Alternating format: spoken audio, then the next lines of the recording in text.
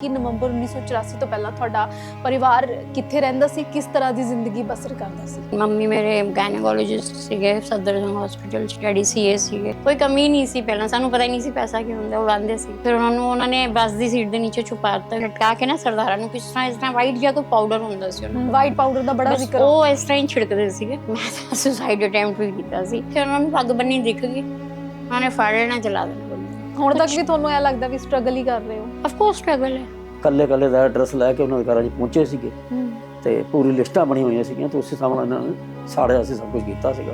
ਕਮੇਟੀਆਂ ਪਾਈਆਂ ਇਹਨਾਂ ਨੇ, ਲੋਨ ਕਰਕੇ ਫਿਰ ਦੋਨੋਂ ਕੁੜੀਆਂ ਨੂੰ ਵਿਆਹਿਆ ਸੀ। ਸਾਨੂੰ ਨਹੀਂ ਪਤਾ ਹੈ ਦੁਨੀਆ 'ਚ ਨਹੀਂ ਹੈ, ਕੋਈ ਲੈ ਗਿਆ ਉਹਨੂੰ। ਗੁਰਸਿੱਖਾਂ ਨਾਲ ਕਿੰਨਾ ਜ਼ਿਆਦਾ ਨਾਇਨਸਾਫੀ ਹੋਈ ਹੈ। ਮਕਾਨ ਨਹੀਂ ਬਣਾ ਸਕੇ, ਕਿਸੇ ਨੇ ਅੱਗੇ ਵੱਧ ਕੇ ਹੈਲਪ ਲਈ ਕਿਤੇ ਹੱਥ ਨਹੀਂ ਪੜਿਆ।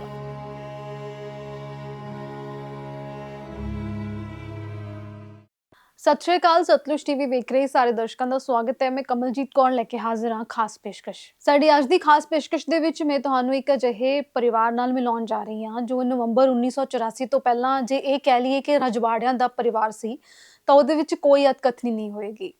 ਫਿਰ ਜਦੋਂ ਨਵੰਬਰ 1984 ਆਇਆ, ਕਿਉਂਕਿ ਅਸੀਂ ਨਵੰਬਰ 1984 ਦੇ ਬਾਰੇ ਬਹੁਤ ਸਾਰੀਆਂ ਗੱਲਾਂ ਸੁਣੀਆਂ ਨੇ, ਇਤਿਹਾਸ ਦੇ ਵਿੱਚ ਬਹੁਤ ਕੁਝ ਪੜ੍ਹਿਆ ਹੈ ਕਿ ਕਿਸ ਤਰ੍ਹਾਂ ਸਿੱਖਾਂ ਦੇ ਗਲਾਂ ਦੇ ਵਿੱਚ ਟਾਇਰ ਪਾ ਕੇ ਉਹਨਾਂ ਨੂੰ ਮਾਰਿਆ ਗਿਆ, ਕਿਸ ਤਰ੍ਹਾਂ ਉਹਨਾਂ ਦੇ ਘਰ ਸਾੜੇ ਗਏ, ਕਿਸ ਤਰ੍ਹਾਂ ਲੁੱਟਾਂ ਖੋਈਆਂ ਹੋਈਆਂ, ਧੀਆਂ ਭੈਣਾਂ ਦੀਆਂ ਬੇਪਤੀਆਂ ਹੋਈਆਂ। ਅਰਸ਼ ਤੋਂ ਫਰਸ਼ ਤੇ ਆਉਣਾ, ਇਹ ਬਹੁਤ ਸਾਰੇ ਪਰਿਵਾਰਾਂ ਦੀ ਕਹਾਣੀ ਹੈ ਜਿਨ੍ਹਾਂ ਬਾਰੇ ਸਾਨੂੰ ਜਾਣਨਾ ਬਹੁਤ ਜ਼ਰੂਰੀ ਹੈ, ਕਿਉਂਕਿ ਨਵੰਬਰ 1984 ਦੀਆਂ ਮੇਨ ਗੱਲਾਂ ਤਾਂ ਸੁਣੀਆਂ ਨੇ, ਪਰ ਜੋ ਦਰਦ ਨਵੰਬਰ 1984 ਨੇ ਉਹਨਾਂ ਪਰਿਵਾਰਾਂ ਨੂੰ ਦਿੱਤਾ, ਉਹਨਾਂ ਦੀ ਦਾਸਤਾਨ ਜਾਣਨੀ ਬਹੁਤ ਜ਼ਰੂਰੀ ਹੈ।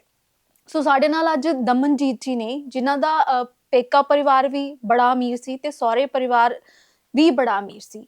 ਨਵੰਬਰ 1984 ਤੋਂ ਬਾਅਦ ਉਹਨਾਂ ਦੀ ਜ਼ਿੰਦਗੀ ਕਿਸ ਤਰ੍ਹਾਂ ਬਦਲੀ, ਅੱਜ ਅਸੀਂ ਉਹਨਾਂ ਦੇ ਨਾਲ ਗੱਲਬਾਤ ਕਰਨੀ ਹੈ। ਦਮਨਜੀਤ ਜੀ, ਬਹੁਤ ਬਹੁਤ ਸਵਾਗਤ ਹੈ। ਸਤਿ ਸ਼੍ਰੀ ਅਕਾਲ। ਸਤਿ ਸ਼੍ਰੀ ਅਕਾਲ ਜੀ। ਵੈਸੇ ਤਾਂ ਕਿਸੇ ਦੇ ਦਰਦ ਛੇੜਨੇ ਨਹੀਂ ਚਾਹੀਦੇ, ਪਰ 40 ਸਾਲ ਤੋਂ ਸਾਡੀ ਕੌਮ ਦੇ ਨਾਲ ਜੋ ਦੁਖਾਂਤ ਵਾਪਰਿਆ ਹੈ ਨਾ, ਉਹਦੇ ਬਾਰੇ ਸਾਨੂੰ ਗੱਲ ਕਰਨੀ ਜ਼ਰੂਰੀ ਹੋ ਜਾਂਦੀ ਹੈ। ਸਭ ਤੋਂ ਪਹਿਲਾਂ ਤੇ ਮੈਂ ਤੁਹਾਡੀ ਫੈਮਿਲੀ ਬੈਕਗ੍ਰਾਉਂਡ ਬਾਰੇ ਜਾਣਨਾ ਚਾਹਾਂਗੀ ਕਿ ਨਵੰਬਰ 1984 ਤੋਂ ਪਹਿਲਾਂ ਤੁਹਾਡਾ ਪਰਿਵਾਰ ਕਿੱਥੇ ਰਹਿੰਦਾ ਸੀ, ਕਿਸ ਤਰ੍ਹਾਂ ਦੀ ਜ਼ਿੰਦਗੀ ਬਸਰ ਕਰਦਾ ਸੀ? ਬਹੁਤ ਅੱਛੀ ਫੈਮਿਲੀ ਸੀ, ਵੈਲ ਐਜੂਕੇਟਿਡ। ਮੰਮੀ ਮੇਰੇ ਗਾਇਨੋਕੋਲੋਜਿਸਟ ਸੀਗੇ ਸਫਦਰਜੰਗ ਹਸਪੀਟਲ ਚ, ਡੈਡੀ ਸੀਏ ਸੀਗੇ। ਮਤਲਬ ਬਹੁਤ ਅੱਛੀ ਮਤਲਬ ਐਜੂਕੇਟਿਡ ਫੈਮਿਲੀ ਸੀ। ਈਵਨ ਮੈਂ ਮਾਸਟਰਸ ਇਨ ਇੰਗਲਿਸ਼ ਕੀਤਾ ਹੋਇਆ, ਕਨਵੈਂਟ ਐਜੂਕੇਟਿਡ ਹਾਂ ਸਭ ਕੁਝ। ਉਸ ਟਾਈਮ ਮੈਂ 10th ਵਿੱਚ ਸੀਗੀ ਤੇ ਆਲ ਆਫ ਅ ਸਡਨ ਇਹ ਸਭ ਜਦੋਂ ਹੋਇਆ ਡੈਡੀ ਆਫਿਸ ਗਏ ਹੋਏ ਸੀ। ਉਹਨਾਂ ਨੂੰ ਐਕਸੀਡੈਂਟ ਹੋਇਆ ਸੀ ਉਸ ਟਾਈਮ। ਮਤਲਬ ਸਕੂਟਰ ਵਗੈਰਾ ਨਹੀਂ, ਬਾਈਕ ਵਗੈਰਾ ਨਹੀਂ ਚਲਾ ਪਾ ਰਹੇ ਸੀ ਤੇ ਉਹਨਾਂ ਨੇ ਬੱਸ ਤੇ ਆਉਣਾ ਸੀਗਾ। ਤੇ ਉਹ ਬੱਸ 'ਚ ਜਦੋਂ ਵੜੇ ਤੇ ਮਤਲਬ ਬਾਹਰ ਮਾਰਕੁੱਟ ਹੋ ਰਹੀ ਸੀ। ਆਲ ਆਫ ਅ ਸਡਨ ਹੋਇਆ ਸੀ, ਈਵਨਿੰਗ ਦਾ ਟਾਈਮ ਸੀ। ਤੇ ਫਿਰ ਲੋਕਾਂ ਨੇ ਉਹਨਾਂ ਨੂੰ ਸੀਟ ਦੇ ਨੀਚੇ ਛੁਪਾ ਦਿੱਤਾ ਸੀਗਾ। ਪੱਗ ਬੰਨਦੇ ਸੀ ਉਹ? ਪੱਗ ਬੰਨਦੇ ਸੀ ਨਾ, ਪ੍ਰੋਪਰ ਸਿੱਖ ਸੀਗੇ, ਗੁਰਸਿੱਖ ਫੈਮਿਲੀ। ਹਾਂਜੀ, ਗੁਰਸਿੱਖ ਫੈਮਿਲੀ ਸੀ। ਫਿਰ ਉਹਨਾਂ ਨੇ ਬੱਸ ਦੀ ਸੀਟ ਦੇ ਨੀਚੇ ਛੁਪਾ ਦਿੱਤਾ। ਵਿੱਚ ਦੋ ਜਗ੍ਹਾ ਬੱਸ ਰੁਕੀ, ਲੋਕੀ ਚੜੇ, ਦੇਖਣ ਨੂੰ ਕੋਈ ਸਰਦਾਰ ਤਾਂ ਨਹੀਂ ਹੈਗਾ। ਤੇ ਉਹ ਜਿਹੜੇ ਬਾਕੀ ਜਨਤਾ ਬੈਠੀ ਸੀ ਉਹਨਾਂ ਨੇ ਬਚਾ ਲਿਆ ਕਿਰਪਾ ਨਾਲ ਰੱਬ ਦੀ। ਫਿਰ ਉਹ ਜਦੋਂ ਘਰ ਦੇ ਨੇੜੇ ਪਹੁੰਚੇ, ਮਤਲਬ ਬੱਸ ਤੋਂ ਉਤਰੇ, ਫਿਰ ਝਾੜੀਆਂ 'ਚ ਛੁਪ ਕੇ ਆਏ। ਮਤਲਬ ਬਹੁਤ ਸਕ੍ਰੈਚਿਸ ਵਗੈਰਾ ਪਏ ਹੋਏ ਸੀ ਫੇਸ ਤੇ, ਚੋਟਾਂ ਆਈਆਂ ਹੋਈਆਂ ਸੀ ਇੱਧਰ ਉੱਧਰ। ਮਤਲਬ ਏਜ ਸੀਗੀ, ਪਰ ਉਹ ਫਿਰ ਇੰਨਾ ਡਰ ਗਏ ਸੀ ਨਾ। ਉਸ ਤੋਂ ਬਾਅਦ ਉਹ ਕਹਿੰਦੇ ਮੈਂ ਪ੍ਰੀਮੈਚੁਰ ਉਹ ਲੈ ਲਾਂਗਾ ਆਪਣੀ ਰਿਟਾਇਰਮੈਂਟ, ਬਟ ਹੁਣ ਮੈਂ ਇੱਥੇ ਨਹੀਂ ਰਹਿ ਸਕਦਾ ਲੈ ਕੇ, ਕਿਉਂਕਿ ਅਸੀਂ 7-8 ਦਿਨ ਨੀਚੇ ਵੀ ਨਹੀਂ ਉਤਰ ਪਾਏ। ਨੀਚੋਂ ਲੋਕ ਸਾਨੂੰ ਮਤਲਬ ਦੁੱਧ ਵਗੈਰਾ ਦਾ ਪੈਕੇਟ ਹੋ ਗਿਆ, ਪਾਣੀ ਦੀ ਬੋਟਲਸ ਹੋ ਗਈਆਂ, ਆਟਾ ਹੋ ਗਿਆ, ਕੁਛ ਮਤਲਬ ਜਿਸ ਤਰ੍ਹਾਂ ਵੀ ਜੋ ਵੀ ਦਿੰਦੇ ਰਹੇ ਉਹਦੇ ਨਾਲ ਗੁਜ਼ਾਰਾ ਕਰਨਾ ਪਿਆ। ਕਿਉਂਕਿ ਸਾਡੇ ਘਰ ਦੇ ਬਿਲਕੁਲ ਸਾਹਮਣੇ ਪਾਰਕ ਸੀਗਾ, ਉਹਦੇ ਵਿੱਚ ਅਸੀਂ ਆਪਣੀ ਅੱਖਾਂ ਤੋਂ ਖਿੜਕੀ 'ਚੋਂ ਦੇਖਿਆ ਕਿਸ ਤਰ੍ਹਾਂ ਮਤਲਬ ਟਾਇਰ ਮਤਲਬ ਪੇੜ ਦੇ ਨਾਲ ਟੰਗਿਆ ਹੋਇਆ, ਔਰ ਉਹਦੇ ਵਿੱਚ ਬੰਦਿਆਂ ਨੂੰ ਮਤਲਬ ਲਟਕਾ ਕੇ ਨਾ ਸਰਦਾਰਾਂ ਨੂੰ ਕਿਸ ਤਰ੍ਹਾਂ ਵਾਈਟ ਜਿਹਾ ਕੋਈ ਪਾਊਡਰ ਹੁੰਦਾ ਸੀ ਉਹਨਾਂ ਕੋਲ, ਵਾਈਟ ਪਾਊਡਰ ਦਾ ਬੜਾ ਜ਼ਿਕਰ, ਉਹ ਇਸ ਤਰ੍ਹਾਂ ਹੀ ਛਿੜਕਦੇ ਸੀਗੇ। ਬੰਦਾ ਇੱਕਦਮ ਅੱਗੀ ਅੱਗ ਮਤਲਬ ਸੋਚ ਕੇ ਹਜੇ ਵੀ ਮੈਨੂੰ ਮਤਲਬ ਦੇਖ ਲਓ, ਮੈਨੂੰ ਆਪਣੀ ਅੱਖਾਂ ਨਾਲ ਉਹ ਚੀਜ਼ਾਂ ਦੇਖੀਆਂ ਹੋਈਆਂ। ਉੱਧਰੋਂ ਮੇਰੇ ਸਗੇ ਮਾਮਾ ਜੀ ਸੀਗੇ, ਉਹ ਸ਼ਕੂਰਪੁਰ ਸੀਗੇ। ਉਹਨਾਂ ਦੀ ਪੂਰੀ ਫੈਮਿਲੀ ਡੈਂਟਿਸਟ ਸੀਗੀ, ਮਤਲਬ ਨੂੰਹ ਵੀ, ਬੇਟਾ ਵੀ, ਮਾਮੀ ਜੀ ਵੀ, ਮਾਮਾ ਜੀ ਵੀ, ਦੋ ਉਹਨਾਂ ਦੇ ਪੋਤਾ ਪੋਤੀ। ਸੰਡੇ ਦਾ ਦਿਨ ਸੀ, ਛੁੱਟੀ ਸੀ। ਉੱਥੇ ਵੀ ਆ ਕੇ ਉਹਨਾਂ ਲੋਕਾਂ ਨੇ ਬਸ ਇਸ ਤਰ੍ਹਾਂ ਪਾਊਡਰ ਹੀ ਮਾਰਿਆ, ਪੂਰੀ ਕੋਠੀ ਉੜ ਗਈ, ਇੱਕਦਮ ਖਤਮ ਸਭ ਕੁਛ। ਪਾਊਡਰ ਦੇ ਨਾਲ ਕੋਠੀ ਉੜ ਗਈ? ਹਾਂ, ਉਹ ਪਾਊਡਰ ਪਤਾ ਨਹੀਂ ਕੀ ਚੀਜ਼ ਸੀਗੀ, ਗਲਵਸ ਪਾਏ ਹੁੰਦੇ ਸੀਗੇ, ਇਸ ਤਰ੍ਹਾਂ ਮੂੰਹ ਢੱਕਿਆ ਹੁੰਦਾ ਸੀਗਾ, ਔਰ ਉਹ ਆ ਕੇ ਬਸ ਉਹ ਪਾਊਡਰ ਹੀ ਛਿੜਕਦੇ ਸੀਗੇ। ਪਤਾ ਨਹੀਂ ਕਿਆ ਸੀ ਉਹਦੇ ਵਿੱਚ, ਗੋਡ ਨੋਜ਼ ਕੀ ਕੈਮੀਕਲ ਸੀਗੇ ਕੀ ਨਹੀਂ ਸੀ। ਉਹ ਤਾਂ ਪੂਰੀ ਦੀ ਪੂਰੀ ਫੈਮਿਲੀ ਕੋਠੀ, ਮਤਲਬ ਕੁਛ ਇੱਕ ਹੱਡੀ ਵੀ ਨਹੀਂ ਕਿਸੇ ਦੀ ਮਿਲੀ। ਇਹ ਹਾਲ ਹੋ ਗਿਆ ਸੀ। ਉਸ ਚੀਜ਼ ਤੋਂ ਫਿਰ ਡੈਡੀ ਇੰਨਾ ਜ਼ਿਆਦਾ ਡਰ ਗਏ ਸੀਗੇ, ਮਤਲਬ ਕੁਛ ਵੀ ਨਹੀਂ ਚੁੱਕਿਆ, ਜਿਹਨੂੰ ਕਹਿੰਦੇ ਨਾ ਕੁਛ ਵੀ। ਜਿਸ ਤਰ੍ਹਾਂ ਬੈਠੇ ਸੀ ਬਸ, ਜੋ ਕੱਪੜੇ ਪਾਏ ਹੋਏ ਸੀ ਕਹਿੰਦੇ ਚਲੋ। ਫਿਰ ਪੰਜਾਬ ਪਤਾ ਨਹੀਂ ਛੁਪ ਛੁਪਾ ਕੇ ਸਾਨੂੰ, ਮਤਲਬ ਅਸੀਂ ਰੋ ਰਹੇ ਸੀ, ਹਮਨੇ ਨਹੀਂ ਜਾਣਾ, ਹਮਨੇ ਨਹੀਂ ਜਾਣਾ। ਦਿੱਲੀ 'ਚ ਰਹਿਣ ਵਾਲਾ ਬੰਦਾ ਇੱਕਦਮ ਤੁਸੀਂ ਉਹਨੂੰ ਕਸਬੇ 'ਚ ਲਿਆਓਗੇ, ਕਹਿੰਦੇ ਵਾਪਿਸ ਆ ਜਾएंगे पर अभी चलो। मतलब ਅੰਦਰੋਂ ਦਹਿਸ਼ਤ ਪੈ ਗਈ ਸੀ ਨਾ ਮਨ 'ਚ, ਨਹੀਂ ਜ਼ਿਆਦਾ ਦੇਖ ਦੇਖ ਕੇ ਅਸੀਂ ਸਹਿਨ ਵੀ ਕਰ ਰਹੇ ਸੀ ਉਸ ਚੀਜ਼ ਨੂੰ, ਦੇਖ ਵੀ ਰਹੇ ਸੀ। ਫਿਰ ਮਾਮਾ ਜੀ ਦੀ ਫੈਮਿਲੀ ਚਲੀ ਗਈ ਸਾਰੀ। ਫਿਰ ਸਾਨੂੰ ਡੈਡੀ ਖੰਨੇ ਲੈ ਕੇ ਆਏ ਕਿਉਂਕਿ ਉਹਨਾਂ ਦੀ ਕਜ਼ਨ ਸਿਸਟਰ ਸੀ ਇੱਥੇ। ਫਿਰ ਅਸੀਂ ਲੋਕ ਇੱਥੇ ਰਹੇ ਕੁਛ ਟਾਈਮ ਤੱਕ, ਮਤਲਬ ਕੁਛ ਲੈ ਕੇ ਹੀ ਨਹੀਂ ਆਏ ਸੀ, ਖਾਣ ਪੀਣ ਤੋਂ ਵੀ ਗਏ ਇੱਕ ਵਾਰ ਤਾਂ ਇਹ ਹਾਲਤ ਹੋ ਗਈ ਸੀਗੀ। ਬਿਜਲੀ ਵੀ ਨਹੀਂ ਸੀ ਘਰ 'ਚ, ਬਹੁਤ ਗੰਦੇ ਵਾਲਾ ਟਾਈਮ ਆ ਗਿਆ ਸੀ। ਕੋਈ ਕਮੀ ਨਹੀਂ ਸੀ ਪਹਿਲਾਂ, ਸਾਨੂੰ ਪਤਾ ਹੀ ਨਹੀਂ ਸੀ ਪੈਸਾ ਕੀ ਹੁੰਦਾ, ਉਡਾਉਂਦੇ ਸੀ। ਬਸ ਉसी ਗਮ ਦੇ ਵਿੱਚ ਹੀ ਅਟੈਕ ਵੀ ਆ ਗਿਆ ਡੈਡੀ ਨੂੰ। ਉਸ ਤੋਂ ਬਾਅਦ ਫਿਰ ਕੁਛ ਟਾਈਮ ਬਾਅਦ ਮਦਰ ਵੀ ਐਕਸਪਾਇਰ ਹੋ ਗਏ।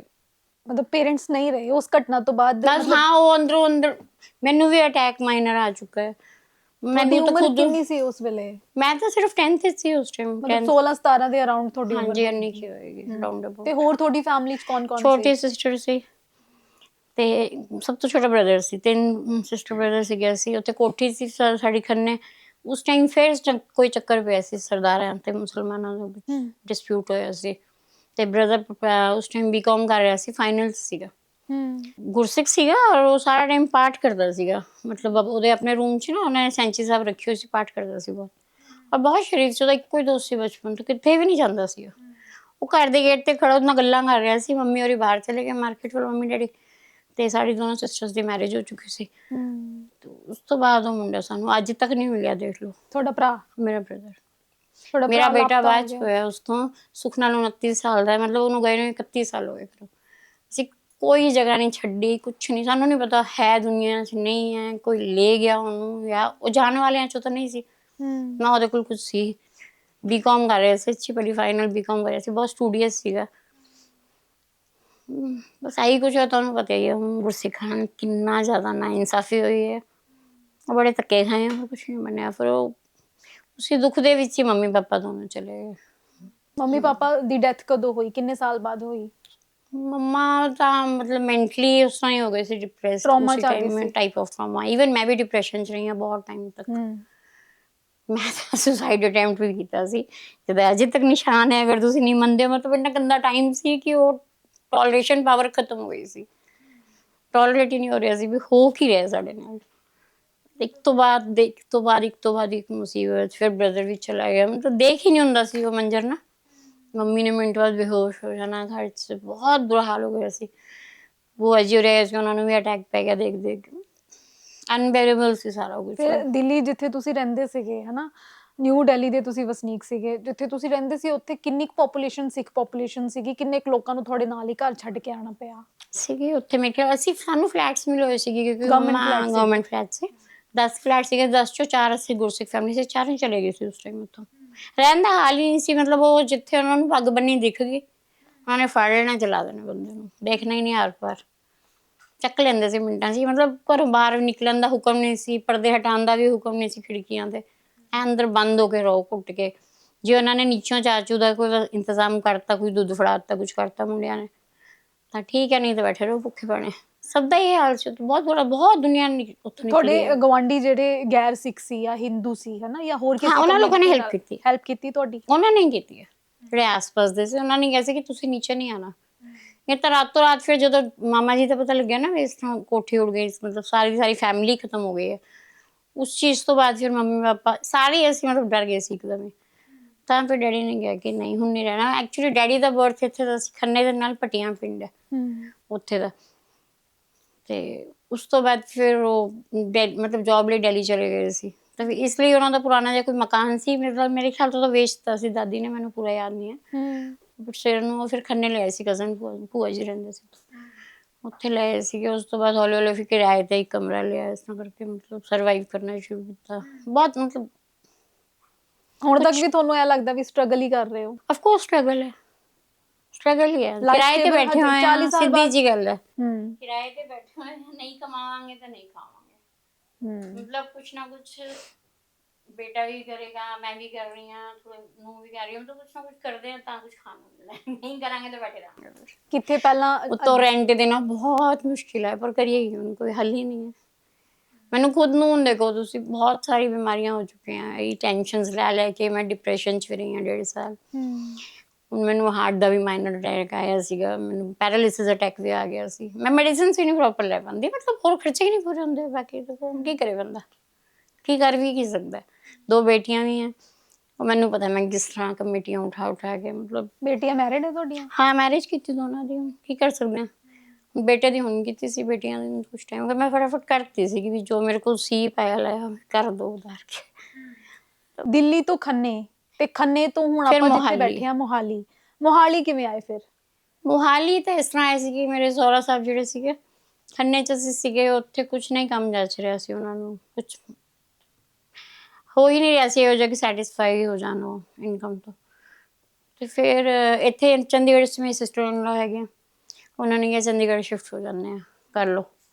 ਫਿਰ ਉਹ ਸਾਡੇ ਪਿੱਛੋਂ ਆਏ ਸੀ ਮੋਹਾਲੀ 'ਚ, ਕੋਈ ਕੰਮ ਇੱਕ ਹਾਊਸ ਰੈਂਟ 'ਤੇ ਦੇਖ ਕੇ ਸਾਨੂੰ ਪਹਿਲਾਂ ਭੇਜਿਆ ਸੀ, ਬਾਅਦ 'ਚ ਆਪ ਆ ਗਏ ਸੀਗੇ।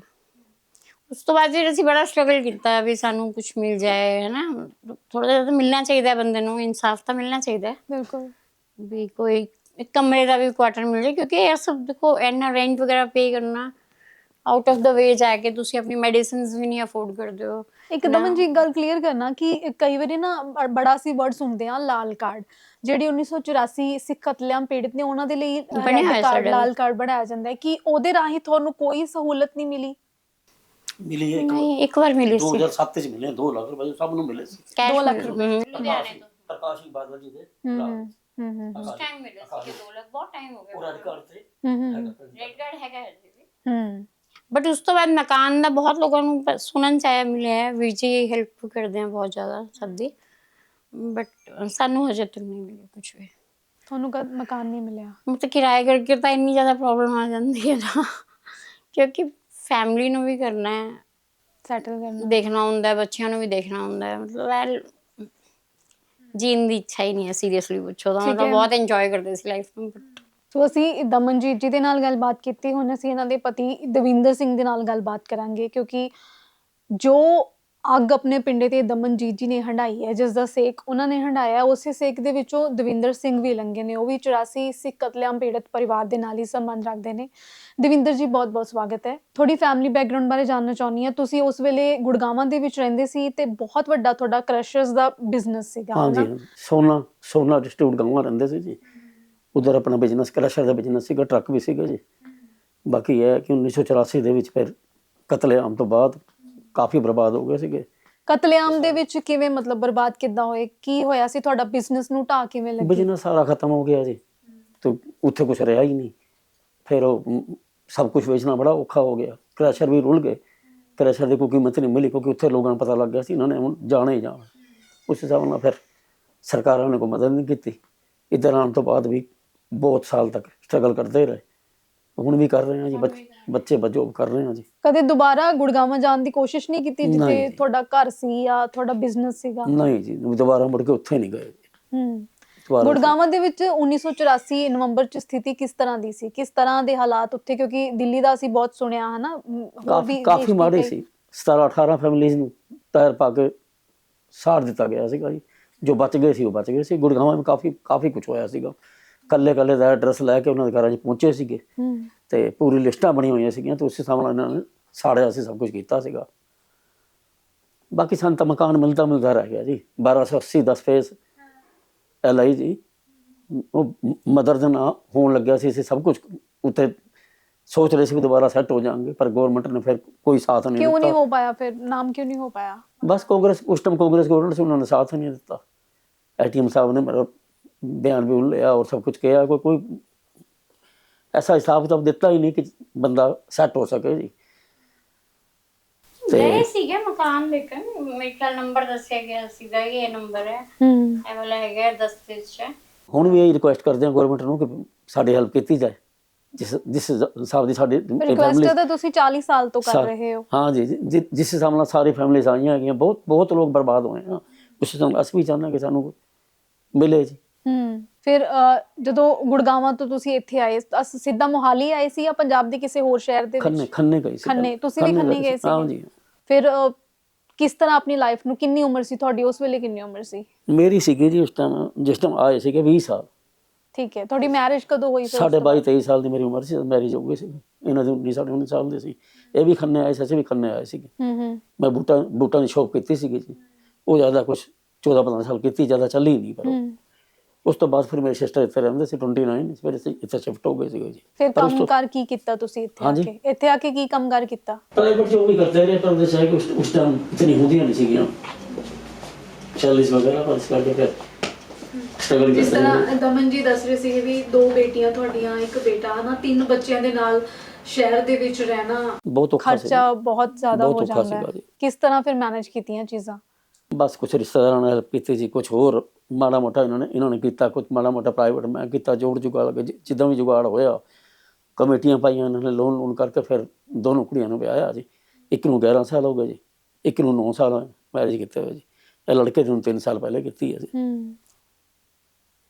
ਬਸ ਇਹ ਜੀ ਮਕਾਨ ਨਹੀਂ ਬਣਾ ਸਕੇ ਜੀ, ਕਿਸੇ ਵੀ ਹਿਸਾਬ ਨਾਲ ਮਕਾਨ ਨਹੀਂ ਬਣਿਆ ਹੈਗਾ। ਕਿਸੇ ਗਵਰਨਮੈਂਟ ਤੇ ਕਾਂਗਰਸ ਗਵਰਨਮੈਂਟ ਇੱਥੇ ਆਈ ਅੱਜ ਇਸ ਟਾਈਮ ਭਗਵੰਤ ਮਾਨ ਜੀ ਦੀ ਵੀ ਹੈਗੀ ਹੈ, ਕਿਸੇ ਨੇ ਅੱਗੇ ਵਧ ਕੇ ਹੈਲਪ ਲਈ ਕਿਤੇ ਹੱਥ ਨਹੀਂ ਫੜਿਆ ਕਿ ਕੋਈ ਲੋੜਵੰਦ ਹੈਗਾ ਤਾਂ ਉਹਦੀ ਹੈਲਪ ਹੋਣੀ ਚਾਹੀਦੀ, ਹੋ ਨਹੀਂ ਸਕੀ। ਐਸਜੀਪੀਸੀ ਕਹਿੰਦੀ ਹੈ ਕਿ ਅਸੀਂ ਸਿੱਖ ਕਤਲੇਆਮ ਪੀੜਤ ਪਰਿਵਾਰਾਂ ਨੂੰ ਮਤਲਬ ਵਿੱਤੀ ਸਹਾਇਤਾ ਦਿੱਤੀ ਹੈ। ਸ਼੍ਰੋਮਣੀ ਗੁਰਦੁਆਰਾ ਪ੍ਰਬੰਧਕ ਕਮੇਟੀ ਨੇ ਜਾਂ ਦਿੱਲੀ ਗੁਰਦੁਆਰਾ ਪ੍ਰਬੰਧਕ ਕਮੇਟੀ ਨੇ ਕੋਈ ਮਦਦ ਕੀਤੀ ਤੁਹਾਡੀ? ਨਹੀਂ ਜੀ, ਨਹੀਂ।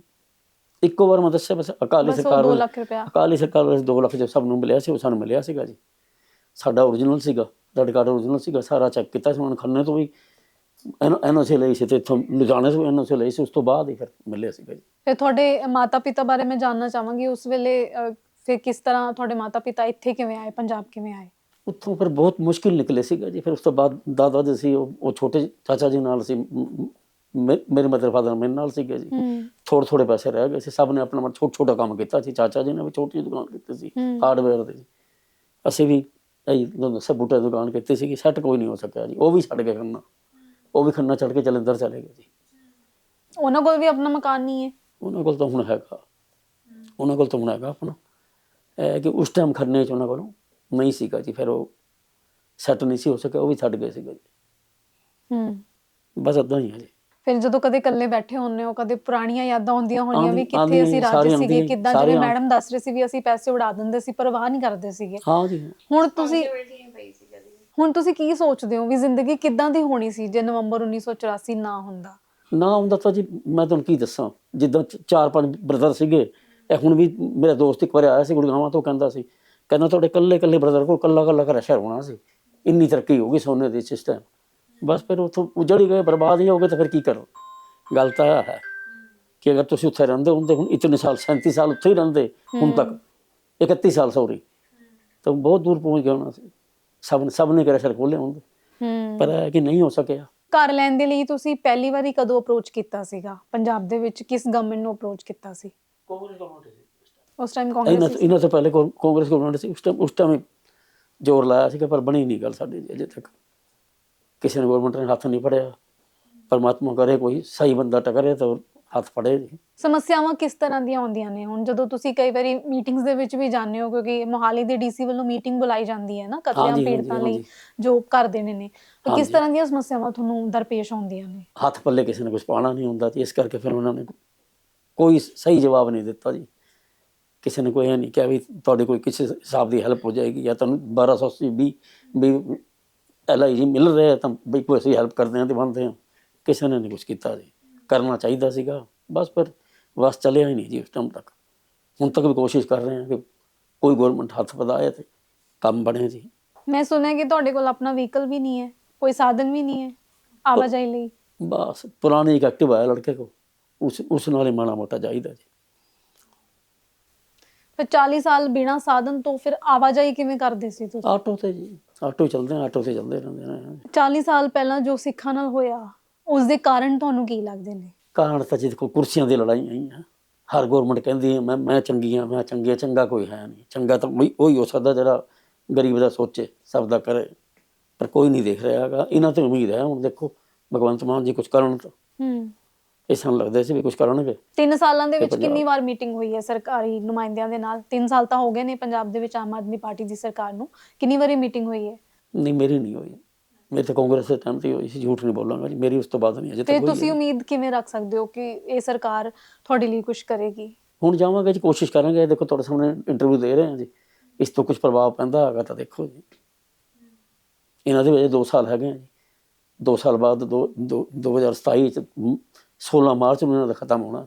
ਮੈਨੂੰ ਤਾਂ ਕੱਲੀ ਚੀਜ਼ ਡੇਟ ਤੱਕ ਵੀ ਯਾਦ ਰਹਿੰਦੀ ਹੈ, ਤੇ ਗਵਰਨਮੈਂਟ ਕੁਝ ਕਰ ਸਕਦੀ ਹੈ ਤਾਂ।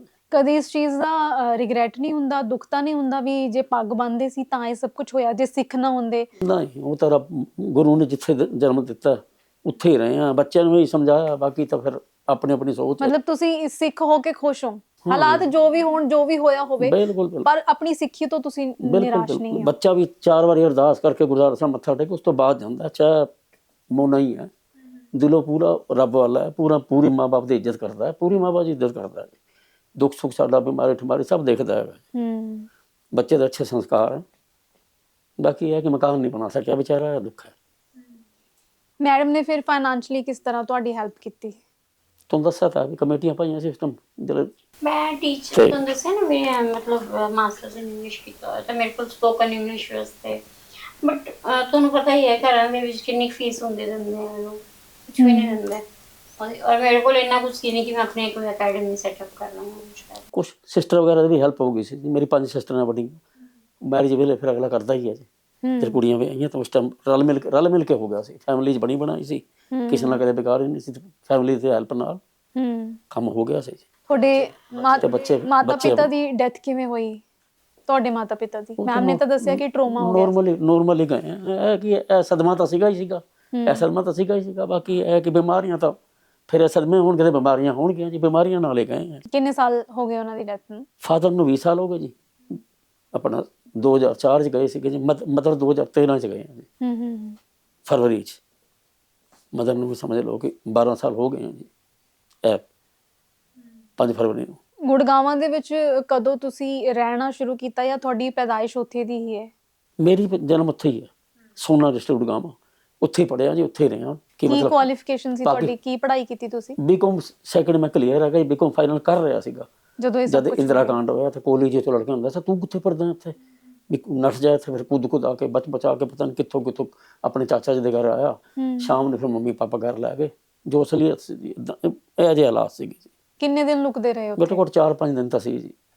4-5 ਦਿਨ ਤੋਂ ਬਾਅਦ ਹੀ ਨੋਰਮਲ ਹੋਇਆ ਸੀਗਾ, ਜਿੱਦਾਂ ਸਾਰੇ ਪੰਜਾਬ ਵਿੱਚ ਹੀ ਹੋਇਆ ਸੀ, ਉੱਦਾਂ ਹੀ ਹਰਿਆਣੇ ਸੀ, ਹਰ ਜਗ੍ਹਾ ਹੀ ਆ। ਫਿਰ ਹਾਲਾਤ ਨਾਰਮਲ ਕਦੋਂ ਹੋਏ? ਜਿਵੇਂ ਮਤਲਬ ਅੱਗਜਨੀ ਦੀਆਂ ਘਟਨਾਵਾਂ, ਹਨਾ, ਅੱਗ ਲਗਾ ਕੇ ਟਾਇਰ ਪਾ ਕੇ ਸਾੜ ਦੇਣਾ, ਜਦੋਂ ਉਹਨਾਂ ਨੂੰ ਪਤਾ ਲੱਗਿਆ ਕਿ ਇਹ ਸ਼ਹਿਰ 'ਚ ਵਸਦੇ ਹੈਗੇ, ਸਭ ਨਾਲ ਬਣਾ ਕੇ ਬੈਠੇ ਹੈਗੇ, ਕਿਸੇ ਨਾਲ ਕੋਈ ਹੋਤਾ ਹੈ, ਉਸ ਤੋਂ ਬਾਅਦ ਫਿਰ ਅਗਲੇ ਦਿੱਲੀ ਜ਼ਿਆਦਾ ਸੀ, ਪਿੱਛੇ ਹਟ ਗਏ ਸੀਗੇ ਜੀ, ਇਹੀ ਹੈ। ਪਰ ਇਹ ਹੈ ਕਿ ਫਿਰ ਉਹ ਇੱਜ਼ਤ ਨਹੀਂ ਸੀ ਰਹੀ ਸਰਦਾਰਾਂ ਦੀ ਉਸ ਜਗ੍ਹਾ ਤੇ, ਫਿਰ ਉਹ ਇੱਜ਼ਤ ਨਹੀਂ ਸੀ ਰਹੀ। ਫਿਰ ਆਪਣੇ ਆਪ ਹੀ ਮਨ 'ਚ ਆ ਗਿਆ ਸੀ, ਇੱਥੋਂ ਨੱਠੀਏ ਜਾਂ ਬਚੀਏ, ਇੱਥੋਂ ਜਾਣਾ ਹੀ ਪਏਗਾ। ਆਮ ਲੋਕ ਕਿਸ ਤਰ੍ਹਾਂ ਦਾ ਵਿਹਾਰ ਕਰਦੇ ਸੀ? ਪਹਿਲੇ ਤਾਂ ਚੰਗਾ ਸੀ, ਐਵੇਂ ਗਲਤ ਨਹੀਂ ਕਹਿਣਾ, ਪਹਿਲੇ ਚੰਗਾ ਸੀਗਾ ਜੀ। ਪਰ ਬਾਕੀ ਇਹ ਹੈ ਕਿ ਇਸ ਤੋਂ ਬਾਅਦ ਫਿਰ ਮਾੜਾ ਹੋ ਗਿਆ ਸੀਗਾ, ਜਿਸ ਤੋਂ ਬਾਅਦ ਅਗਲੇ ਦੇ ਮਨ 'ਚ ਆਇਆ ਸੀਗਾ ਇਹ ਥੋੜ੍ਹੀ ਜਿਹੀ ਫੈਮਿਲੀਜ਼ ਹੈ, ਇਹਨਾਂ ਦਾ ਜੋ ਮਰਜ਼ੀ ਅਸੀਂ ਰੋਕ ਪਾ ਸਕਦੇ ਹਾਂ, ਜੋ ਮਰਜ਼ੀ ਕਰ ਸਕਦੇ ਹਾਂ। ਜਿੰਨੇ ਵੀ ਮਤਲਬ ਇਹਨਾਂ ਕੋਲ ਵਰਕਰ ਸੀਗੇ ਕ੍ਰੈਸ਼ਰ ਤੇ, ਅੱਧੇ ਤਾਂ ਮੁਸਲਮਾਨ ਸੀਗੇ, ਉਹੀ ਕਹਿੰਦੇ ਸੀ ਸਰਦਾਰ ਜੀ ਹਮਨੇ ਆਪਕੋ ਬਚਾਇਆ, ਸਰਦਾਰ ਜੀ ਹਮਨੇ ਆਪਕੋ ਬਚਾਇਆ। ਅੱਛਾ, ਹਾਂ। ਤਾਂ ਇਹਨਾਂ ਚੀਜ਼ਾਂ ਤੋਂ ਫਿਰ ਦਾਦਾ ਜੀ ਵੀ, ਡੈਡੀ ਚਾਚਾ ਜੀ ਵਗੈਰਾ ਸਭ ਤੰਗ ਆ ਗਏ ਸੀਗੇ।